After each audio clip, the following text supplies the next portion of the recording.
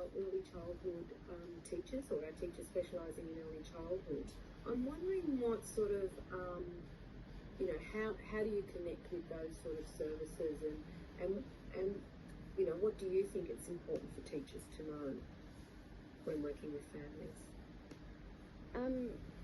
So we have developed relationships, whether it's us going out to see like centres and meet face to face with managers, or if it's just sending out information to them about our programs and our services.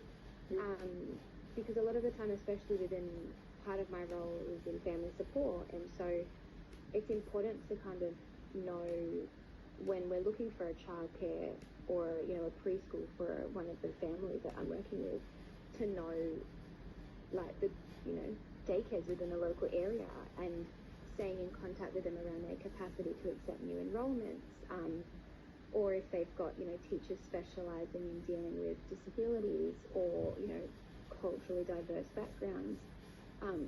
Really important to kind of maintain that knowledge of the local area. So really staying connected is important. Because I think it's so important to recognise like the diverse backgrounds of families.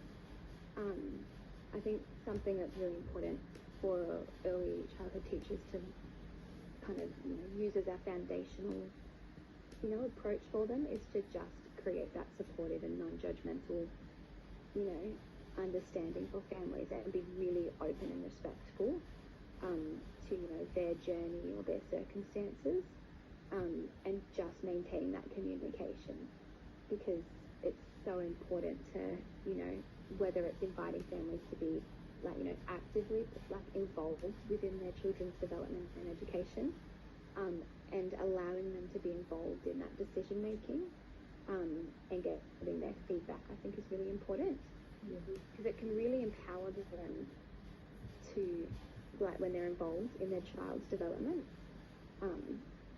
And if you've got that empathetic and understanding approach, it can just really build that foundational relationship, to then really collaborate with families, because you're meeting that family where they are, and you're understanding that they have strengths, and every family goes through challenges.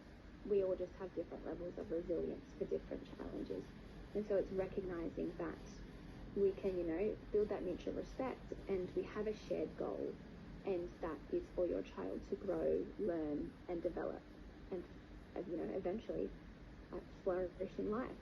And so using that as we're here to help, we're not here to tell you what to do, I think has been a big thing that we need to see from all services on every level when they engage with families. Such wise words, Brittany. Thank you. Is there anything else that you wanted to share with us today that we've missed? I think it's just community services as a whole.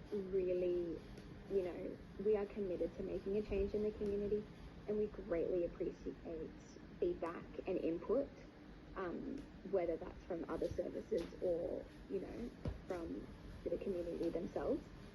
We really value that, and so don't ever hesitate to reach out to your local service and say, this is a need that we've identified, or it's a gap that we've identified, or could we collaboratively look at running a program or providing resources. I think that's really important. And then also just knowing the support services in the area, I think is really important, and just being able to mention that, or have a flyer up in a centre, or provide resources to families. If you notice that they're going through a challenging time, have information that you can then share with them to support them through that, I think is really important. It is